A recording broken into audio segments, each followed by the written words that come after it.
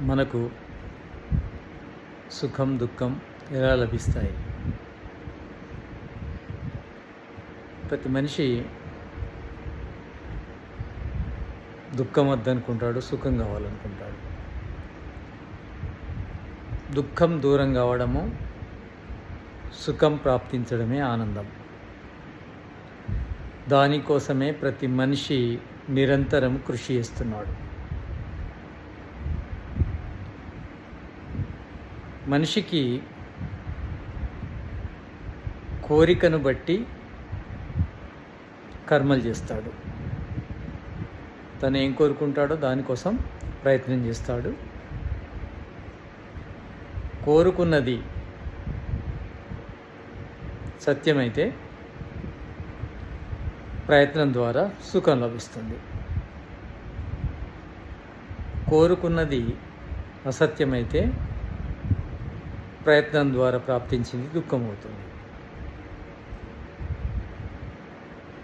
మనిషి మరి సుఖాన్నే కదా కోరుకునేది, దుఃఖం ఎలా ప్రాప్తించింది? అజ్ఞానం వల్ల. జ్ఞానం లేనప్పుడు తన కోరిక దుఃఖాన్నే కలిగిస్తుంది. జ్ఞానయుక్తమైన కోరిక సుఖానికి కారణమవుతుంది. కోరిక ఎలా ఉదయిస్తుందంటే, మన సంస్కారాలు, మన జ్ఞానం ద్వారా మనలో ఉన్న సత్వ రజో తమో గుణాల్లో తేడా వస్తుంది. దానికి అనుకూలమైన కోరికలు మనలో ఉదయిస్తాయి. ఆ కోరికలకు అనుకూలంగానే మనం పనిచేస్తాము, అదే ప్రాప్తిస్తుంది. సత్వరజో తమో గుణాలు మంచి రీతిలో ఉంటే మనకు మంచి కోరికలే ఉదయిస్తాయి. సత్వం అధికంగా ఉండి రజము తమము తక్కువగా ఉన్నప్పుడు మనకు ఉదయించే కోరికలు సత్వ కోరికలు అవుతాయి. వాటి కోసం ప్రయత్నించడం ద్వారా మనకు సుఖమే లభిస్తుంది. కానీ సత్వానికి బదులు రజమో తమమో ఎక్కువ ఉన్నప్పుడు మన కోరిక దుఃఖానికి కారణమవుతుంది. అంటే మంచి కోరికలు ఉదయించాలి, సాత్వికమైన కోరికలు ఉదయించాలంటే మనలో జ్ఞానము సంపూర్ణంగా ఉండాలి.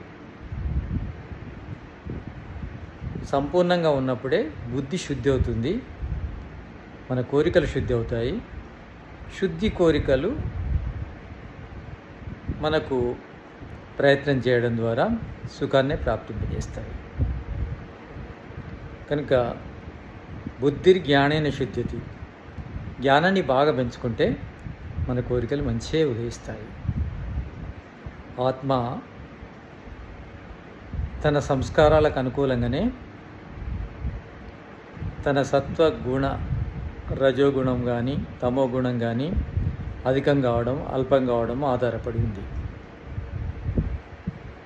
ఇవి పూర్వజన్మ అయితే వాసన రూప సంస్కారాలు, ప్రారబ్ధ కర్మలు, సంచిత కర్మలు ఇవి ఉంటాయి. ఈ సంస్కారాలు అనేవి జన్మవే కాదు, ఈ జన్మలో కూడా నిరంతరం తయారవుతూనే ఉంటాయి. వాసన రూప సంస్కారాలు, ధర్మాధర్మ సంస్కారాలు నిరంతరం తయారవుతూనే ఉంటాయి. పాత సంస్కారాలు, కొత్త సంస్కారాలు కలిసి మన సత్వ రజో తమో గుణాల లోపల మార్పు జరుగుతూ ఉంటుంది. ఆ మార్పుకు అనుకూలంగానే కోరికలు ఉదయిస్తుంటాయి. ఆ కోరికలకు అనుకూలంగానే మనం కర్మలు చేస్తాము. ఆ కర్మలకు అనుకూలంగానే మనకు సుఖమో దుఃఖమో ప్రాప్తిస్తుంది. మనం చేసే కర్మలు పుణ్యకర్మలైతే సుఖం ప్రాప్తిస్తుంది, పాపపు కర్మలైతే దుఃఖం ప్రాప్తిస్తుంది. కనుక పుణ్యకర్మలు చేయాలి. దానికోసము మంచి సద్బుద్ధి పుట్టాలి. సద్బుద్ధి పుట్టాలంటే సంపూర్ణ జ్ఞానం ఉండాలి. కనుక జ్ఞానమే మన సుఖానికి మూలం.